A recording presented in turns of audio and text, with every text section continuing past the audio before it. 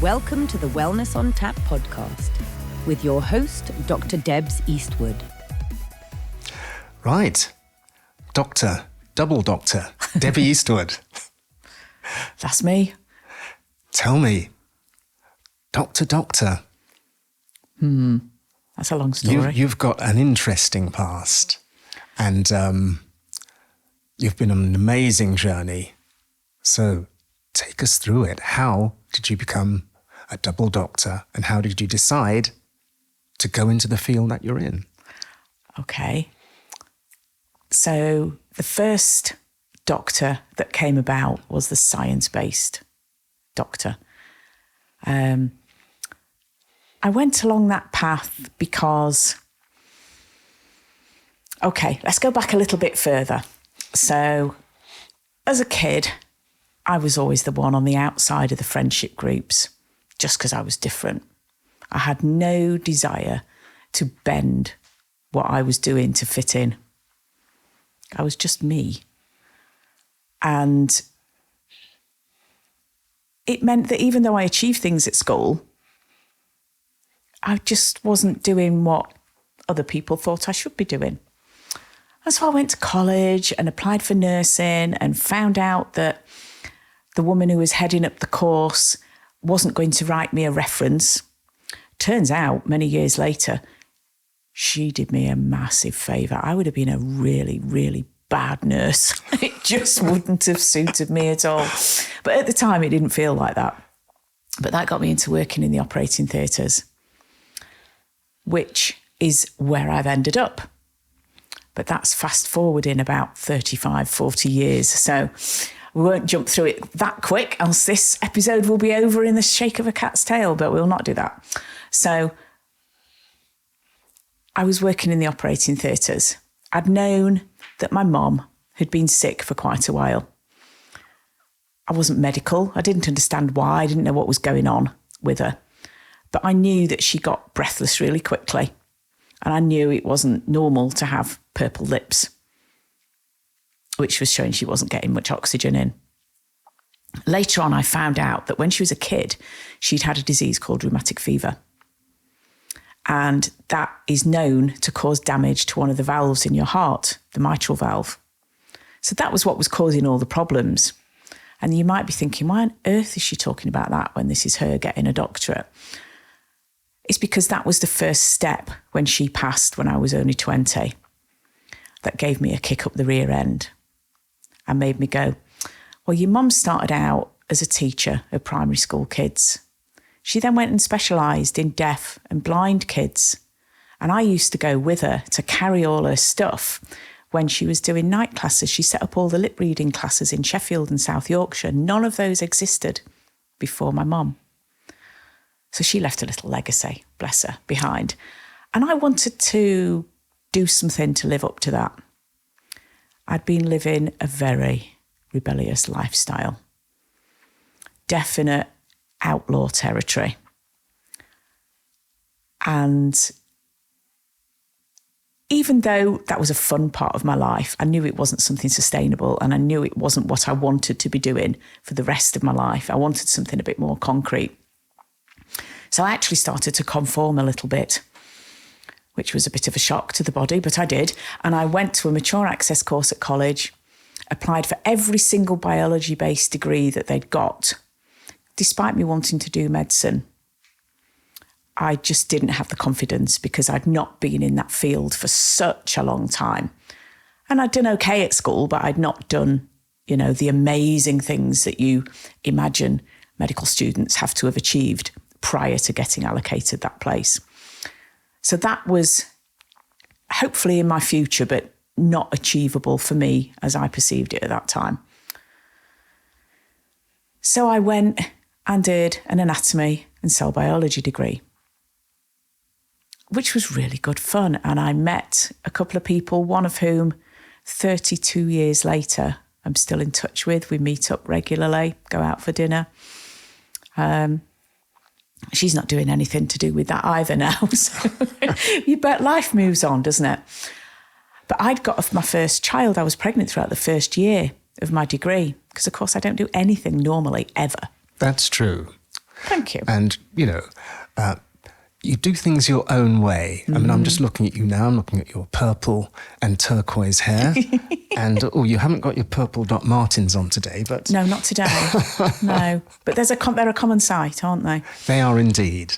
So, yes, nothing has changed, really. It was inbred right from the beginning, I think. But, yeah, so I did my degree, had my child, and got married in the summer break at the end of the first year of my degree. I remember all my companions coming back, bearing in mind I was sort of 25 when I started my degree. They're all 18, 19 years old, saying how bored they've been over summer. And I'm like, holy shit, I've had a baby and I've got married. I'm exhausted. I've come back here for a break. So anyway, I completed my degree. And amazingly, somehow I managed to get a 2-1. I genuinely don't know how I got that. I spent a lot of time working with the other of my 3 main friends that were there, who lives away now. But it was a case of if one of us walked around the corner, the other 2 would be absolutely not very far behind. And because then I'd got a kid and I'd got good childcare, and a lot of people from that degree went into work in laboratories in the hospital, processing blood samples and all of the kinds of things. I just thought, I don't want to do that. That's really boring. I want to be around people. And the professor who I'd done my honours project with in the final year, I'd also done some work for him during the break between my second and third year, as you do. And he was fairly new to Sheffield. He was English born, but he'd lived out in the States for about 30 years, and he'd come back as chair of the department. And he says to me, well, I've got this project, that project, the other project, loads of things to do. I'll even write it into a PhD for you if you come back. And I thought, oh, okay, that sounds like a plan. I'll do that then, because I got childcare. PhD in Sheffield stands for pissed and highly depressed. Honestly, the amount of times me and Joe, one of the trio, talked each other into staying and completing was unbelievable. It is a slog when the topic moves away from your initial area of expertise. So I'd done anatomy and cell biology, so looking at things on a fairly gross, clunky human level. My PhD went down the route of molecular biology and biochemistry and tumour cell biology and human developmental biology, and all these things, and my head was just exploding. I mean, I know it's supposed to test you, but this felt ridiculous. And then I fell pregnant again. And the funniest thing about it was that I was about 7 months pregnant doing my PhD viva. And the 2 chaps that were doing the examiners, because they were chaps, they were so concerned about me. And I was absolutely fine. I was just like, yeah.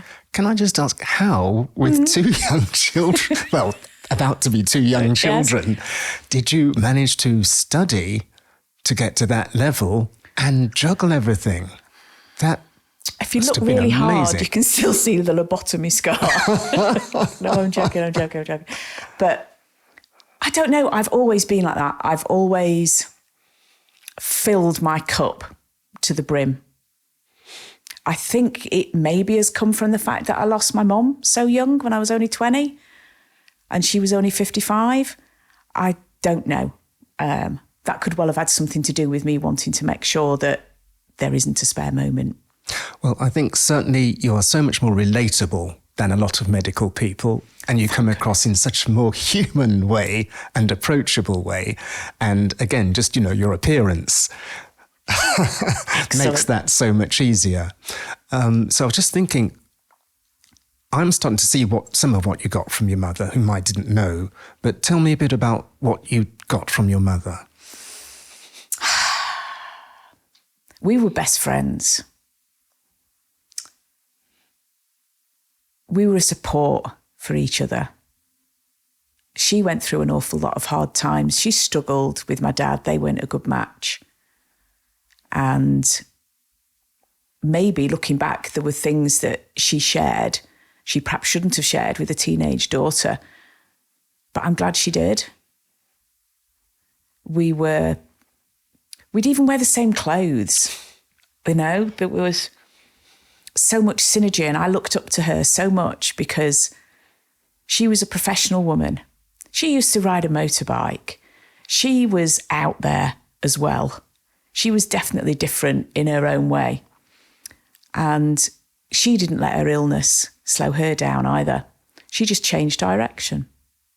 She went from being a teacher to training up to be an audiologist so she could work in the centre of Sheffield. And so she was still helping people. She's a real trailblazer. Yeah. Much like you are. Well, maybe that's where it came from. And thank you. So yeah, I left uni thinking that I've done my mum's legacy. I've done it good. I've done her proud. Because that was in the back of my mind all the time. I'm like, so what do I do now? And I thought it was going to be a problem, but it wasn't, because these things are a bit, old boys network, incestuous, whatever word you want to kind of use. Opportunities arise from within. And I said I would start working at the medical school.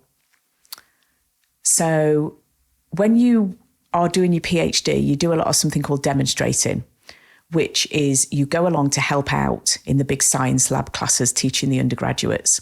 So there's a lecturer there who's hosting the main class, and there might be 4, 5, 6 of us, depending upon the class, going in and helping. So I was helping out with histology classes with the kids looking down the microscopes, anatomy classes, where Sheffield is now finally losing, which I think is a great shame, its human anatomy dissection lab. And I know that's pretty gross, but there's an awful lot to be learned from it, which I don't feel you can get the same through video reproductions. I'll stop talking about gross stuff now. But and I did an awful lot of that. Then got offered a job teaching, believe it or not, in the engineering department at the University of Sheffield. They did a biomedical science type degree, but it was going bioengineering. So a lot of their students were going to be going into industries where they made big prosthetics, like hip replacements and things like that, fairly large stuff. And I was still a PhD student, and I found myself in a boardroom full of all the heads of all the different engineering departments, because their students' population came from a few, and sometimes they interacted, and it was a logistical nightmare trying to get all the timetables together. As a little PhD student sitting there going, what am I doing here with all these heads of departments? But because I knew my department, I knew what they offered, everybody was looking at me. And I ended up writing and presenting and examining half of the first year of a brand new biomaterials tissue engineering degree at the University of Sheffield. So it was all mine. My goodness. And being the disability lead as well, because me being me, just doing one thing wasn't enough. And I was still teaching the anatomy dissection for the medical school as well, of course. So you have a degree in juggling as well? I had a degree in juggling. So that was where the first doctorate came about. So I got my PhD in human testicular germ cell tumours and how they caricature early human development. Would you just translate that? I'll try. Very briefly as well. So basically, I was growing human tumours in the lab. And if you do certain things to them, you can make them behave like nerve cells, or you can actually see them beating in the dish like heart tissue. And I was doing things with that and looking at how perhaps you can use them as a model for what happens as human beings are developing very early on in life. Wow. Whilst they're still in utero. So that was basically what I was doing. So massively interesting, but oh my goodness gracious me, did it fry my brain. And even though it was good, and I was like, most people would be like, yes, my God, I've reached the pinnacle. I've got a PhD. I'm working as an associate lecturer. Everything's wonderful. No. I realised that I still wasn't being me. Except at the time, I wouldn't have expressed it like that. That's something that's just come out in the last 6 years of my journey, that I can see that. But I knew I had to be closer to people. Sitting in a lab was great, but I knew the life of a lecturer was writing a load of journal articles, going backwards and forwards, writing a load of applications for funding that get rejected, so you write another one. And I'm just like, I just don't know. I just don't want that. That's conventional. Why do I want that? No. So at 6 months pregnant with my third child, I sat in an interview for medical school. Luckily, it was the middle of winter and I got a big puffer coat and I put that in front of me so they couldn't tell. She was 3.5 months old when I started medical school. Gosh. As you do. Still working in the engineering department, doing the teaching. Not working in the anatomy labs now. But anatomy was one of the subjects that we have to learn in the first 2 years at medical school. I was very popular. Debs, can we have you on our table while we're doing this? Because they knew that I knew it and I used to teach it and knew all the tips and tricks and things like that. So that was when the second doctorate started. Madness. And again, how on earth did you juggle all those things and sleep occasionally? I genuinely don't know if I look back. I mean, I was in my late 30s.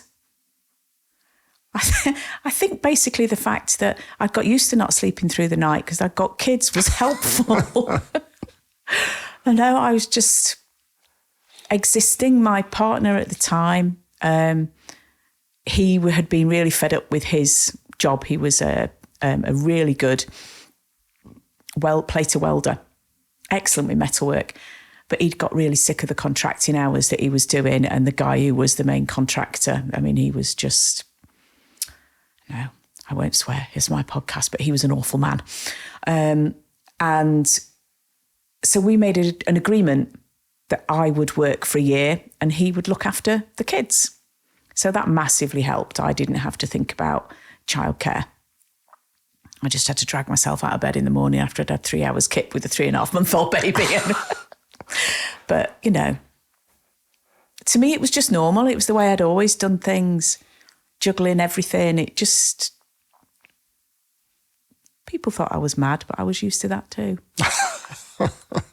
So, yeah, I mean, med school was 5 years. Despite my experience, I didn't get any time out. But in a way that was good because, you know, I went through the same thing as everybody else. And Sheffield Uni was really good in that they were very supportive of mature students. And there was a whole cohort, about sort of 20, 30 of us that used to sit and heckle from the back rows in the big bear pit kind of lecture theatres where the lecturer's down at the bottom, where I'd stood many times lecturing medical students, ironically. And now it was my turn to be in the audience. And it was great and I loved it. But my relationship was breaking down. And again, because I wasn't busy enough, I separated and did the final year of med school as a single parent. Oh my goodness. Just to add to the fun. Well, you're an expert juggler. Clearly. And what is termed a polymath. Okay. Which is somebody who does tons and tons of things all at once. Yes. And is expert in many of them. Definitely not all, but yes, thank you. And I just want to touch on something that I'm really curious about. Now, you can't ride a bicycle though, can you? Not very well at all, no. Can you stay on 2 wheels or do you still need stabilisers? Oh, I don't need stabilisers. I'm just really rubbish at being able to stop. That's the bit I can't coordinate. I can get on it and I can cycle forwards and I can steer. I hate every second of it because I know I'm going to have to stop. And I do stop and I stop safely, but I'm so rubbish at it. It just feels like I'm about 3 and I can't walk properly and I don't know what I'm doing. So, yeah, I am rubbish at that. Got me. Hands up. So, double Dr. Debs, you can't ride a bicycle, but you can fly a plane. Yes. Is there no end to what you can do? Now, how on earth did that come about? So that came about after medicine. So I was working. I'd got myself through the first couple of years post-medical school, which is called your foundation years. Got myself through that. Got myself through the interviews to do anaesthetics because I was always going to end up back in the operating theatre because that was my beginning. So there I was back in the operating theatre, and it was a few years since I'd separated from the girl's father. And so I thought, well, I think I'm about ready to start dating now. Met this guy who just happened to own his own plane. And that was where it came from. I mean, prior to that, I genuinely thought that the little planes you see flying about were what commercial pilots did for a hobby. I thought that was the only way you could get into that field. I didn't realise just anybody with the money and the aptitude could go and train to be a private pilot. So that was very exciting. Now, tell us about that. How do you do that? So he took me up and we were up there. He got it all stable and he gave me the controls. Well, you can imagine the sheer terror for somebody that can't ride a push bike, being given control of an aeroplane. It was like, oh my goodness. So it's a little low-winged 4-seater plane. And he said to me, go round in a circle, an orbit, it's called. He says, do an orbit. Okay. So I'm sweating like mad. I'm shaking. I'm like, oh my God, I'm going to crash this thing. I'm going to crash it, which of course I wouldn't. You've got dual controls. Do you know what I mean? He'd have taken over if I'd have done anything remotely stupid. And right at the end, it just went bump, bump, bump, bump, bump. And I'm like, what have I done? What have I done? And he was laughing his head off. And he says, you've just gone through your own trail. He says, you've stayed at the perfect altitude and you've done a perfect circle. I'm buying you some lessons. So my 50th birthday present was a trial flight. Wow. I think I have to do something every decade. I'll have to think of one for a couple of years' time. So, yeah, I just embarked on a course of lessons, which were exhilarating and terrifying in equal quantities, and learned how to fly a plane. Got my licence and was taking friends out on joy trips. Gosh. COVID stopped it temporarily because working as an anaesthetist, I was right at the front of it. And I didn't want my colleagues at the flying school to be wondering all the time if any of them had caught it, has it come from me? And I saw very easily why they could have pointed the finger in that direction. And so I didn't want them to be scared every time I was booking that I would potentially be bringing something with me. And so I paused it. So my licence is currently frozen. But yes, it's something that once the Elixir is going, I will be going back to because it's an incredibly calming experience in so much as you can't deal with what's going on in your life while you're up there. There's just so much to see, so much to do. You're just so absorbed in the whole experience that what's happening down on terra firma is kind of irrelevant for that time. Well, we look forward to Elixir Airways. Oh, I like the sound of that. You're coming out with some corkers.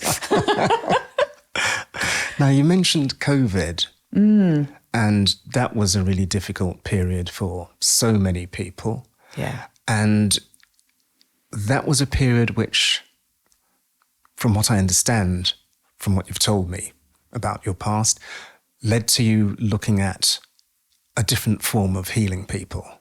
Absolutely. Again, unfortunately, it came out of tragedy. So just a few years prior to COVID, my little brother had prostate cancer. Not knowing anything about the holistic world then, he'd gone down the surgical route. and had a radical prostatectomy and was completely cleared. But to get into that, he'd had to do a Get Fit for Surgery programme because the clue's in the name, it's radical surgery. And so he'd started running. And he was so delighted with the treatment he'd had and the fact he was completely cured. He carried on running, fundraising for the hospital for years and years afterwards. Completely bonkers. He got up to the point of running these half marathon Tough Mudders, which have got like 200 obstacles. Ooh. I know. Bonkers. But when COVID hit, I didn't know that he was unwell. Him and his wife made the decision not to tell me until there was that first sort of break. You know, there was lockdown for a while, and then there was a break where you could sort of move around the country a little bit.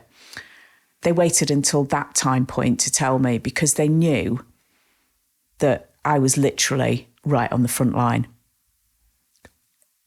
In the anaesthetic job I was doing, I would go down to ED when I was on call, the emergency department. When they called up saying there was a patient who they suspected of having COVID, I'd have to go in there with all the full gear on. Ironically, the masks that we had at the time, they're supposed to keep you safe, had run out about 2 days after we'd been tested for them. So we're wearing untested equipment that we don't know is going to keep us safe from this disease that was taking the lives of so many people that were my sort of age and otherwise reasonably well. I'd never been scared to go to work until then. And I can honestly say to you, hand on heart, I was genuinely terrified. It soon wore off because it just became the thing you did. But, you know, the first few shifts, I was terrified. Didn't know if I was going to see my kids again. It was, a mind-freezing experience, if you like. Can I just ask, how did you cope with the stress of going through that period? A lot of tears. Glass of wine or two at night. Whatever you could, because you were on your own. Lots of video calls. Friends were massively important. You used what you could, I think, and the shared experience was massive as well with all the comrades. You know, I mean, anybody that's ever worked in a hospital environment will know there's a certain level of morbid humour. And that certainly came out to play.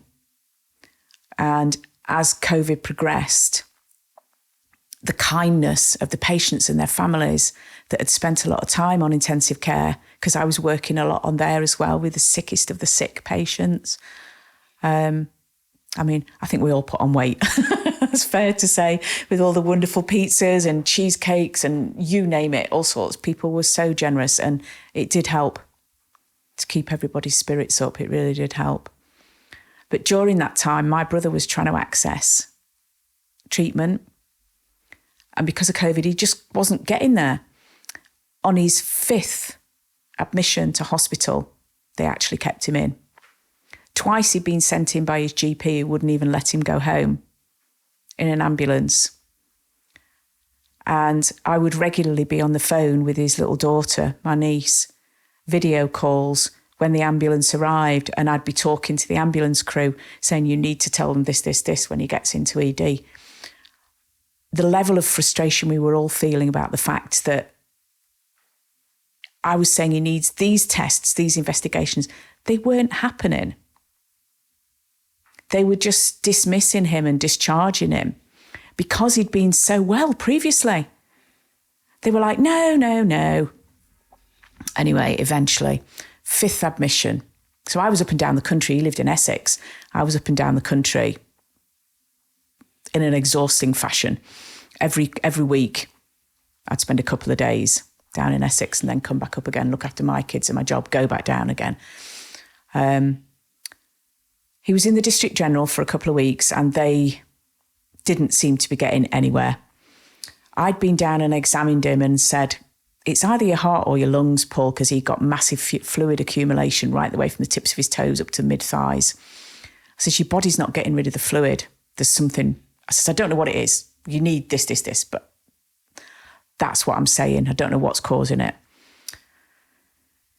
He got sent to after having a bone marrow biopsy and them diagnosing multiple myeloma, which is bone marrow cancer, they sent him to a specialist treatment centre, which was University College Hospital in central London.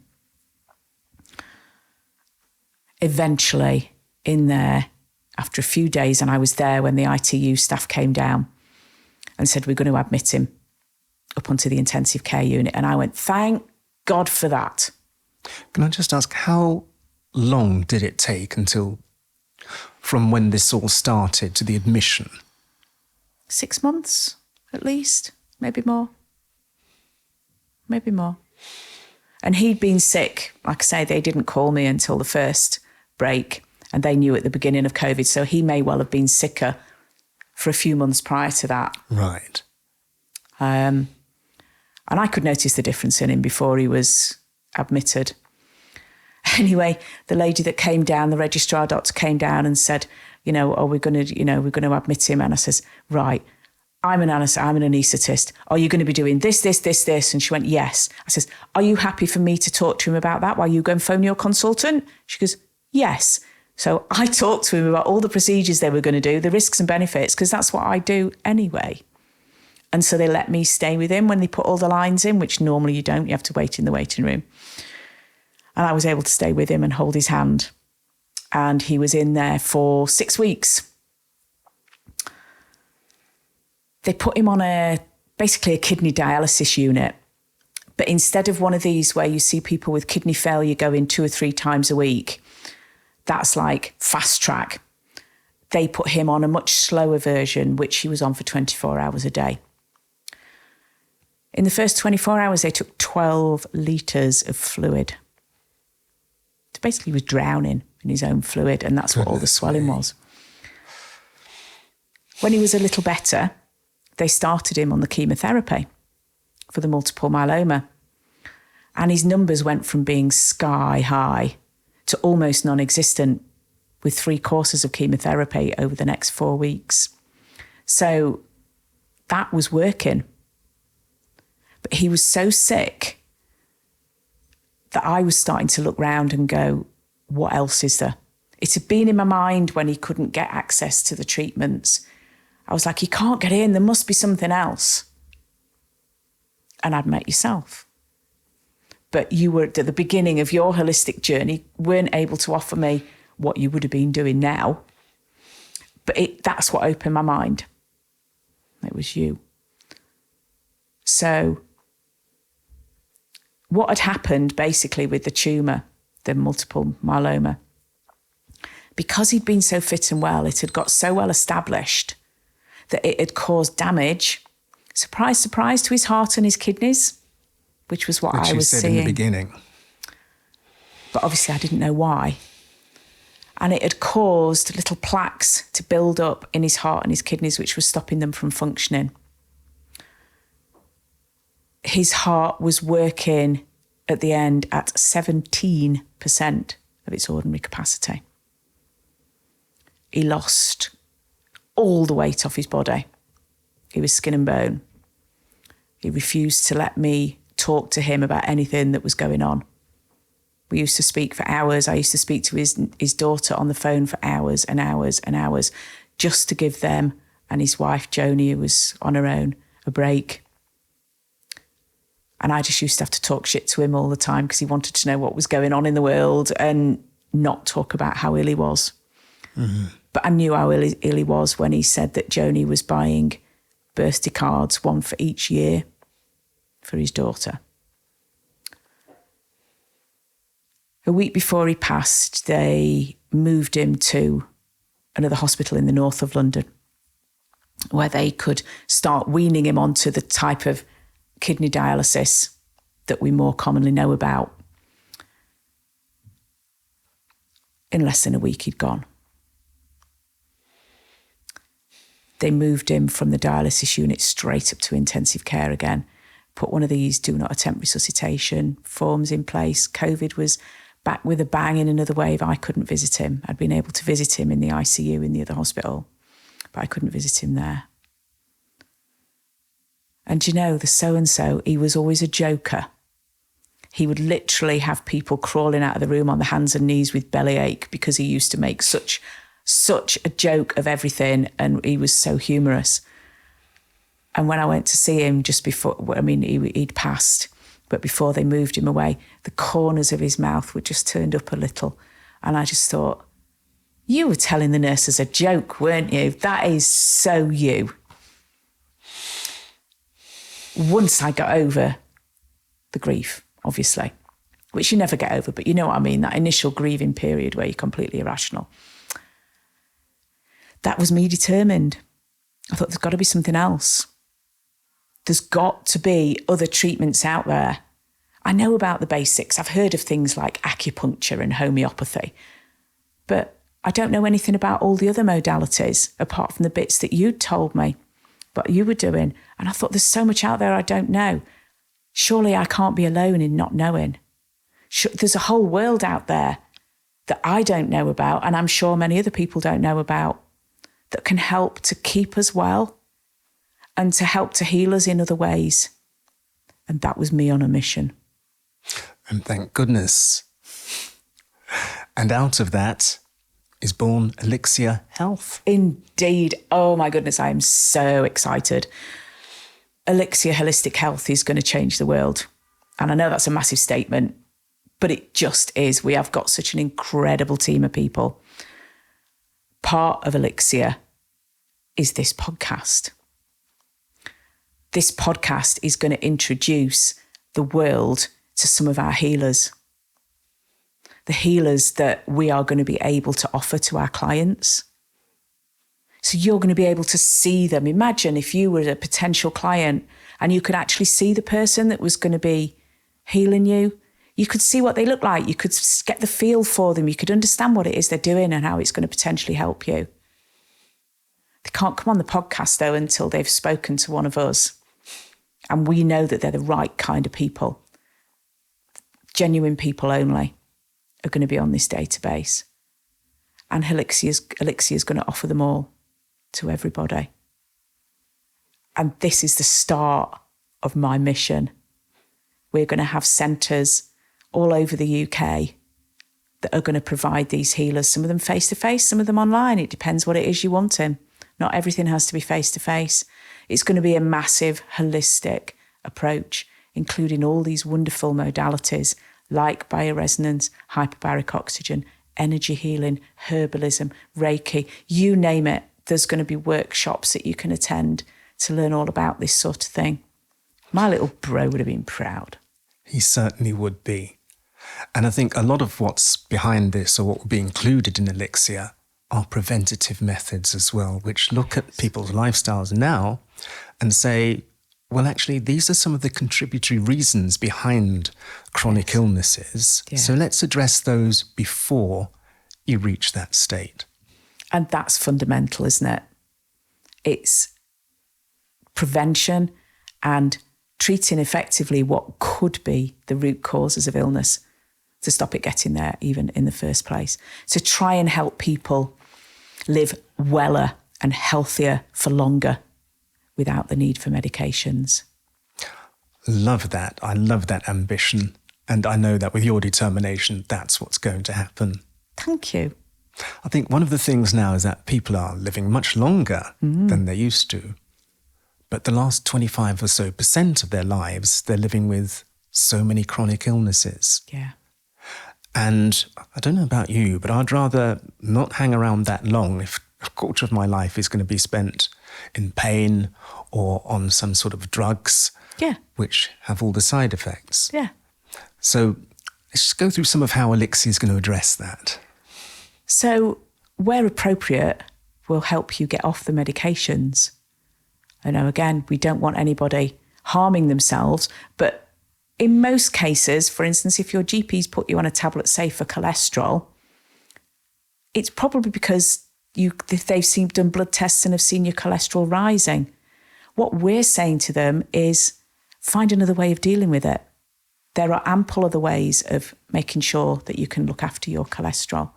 Just as an example, we'll be offering gyms, biohacking products, things that will enable your body to produce the things you are deficient in for itself, instead of having to take supplements. I mean, how amazing is that? Getting your body to work to its full potential, to its full level of vitality, so that you can be healthier and defy the processes of aging even.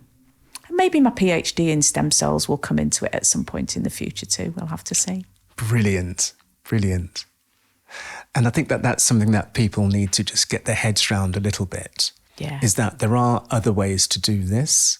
And if we start teaching also young kids, start teaching them now about the importance of proper diet, nutrition, hydration, sleep, just the basics, then we may be able to stop some of those youngsters from falling into the trap of getting sicker as they get older.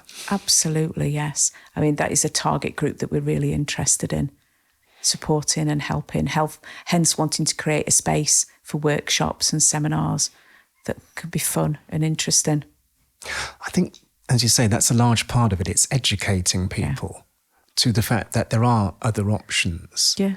And, you know, we also have a number of allopathic doctors like yourself who will be integrating allopathic and holistic methods. Yeah.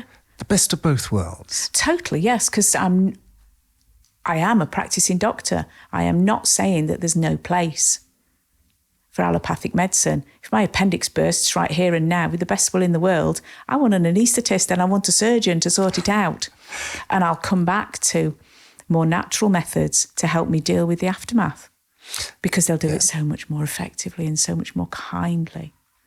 Absolutely. It's that integration. Yeah. You know, similarly, if I upset somebody and they shoot me, don't do Reiki on me, just get me down to A&E. Yeah, precisely. Yeah. Yeah. So that's going to be the Elixir story going forwards. And people are going to hear a lot more about this on this journey, because the practitioners they hear about going forwards are going to be part of Elixir Holistic Health. I'm looking forward to it. It's going to be fantastic.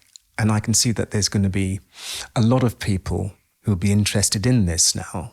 Because if we look at what's happening, say, on a government scale and cuts that might be implemented and the ways that they may have to change the NHS, it's not going to be the same NHS that exists now in future. No, I don't think it can. It's at breaking point now. It needs to change. We need to be more holistic in our approaches. And giving people these options. Yeah. I mean, I thought I was well educated. Well, I am well educated, but I didn't know anything about it. That's at the core. Yeah, I think we all start a journey somewhere. Absolutely. Bring it on. Now, is there anything else that you want to add at this point? Because I know that there's a lot more to this story. There is. Do you know what? I think I might leave it there and discuss things a bit more in depth in future sessions. I look forward to it. Thank you. Thank you.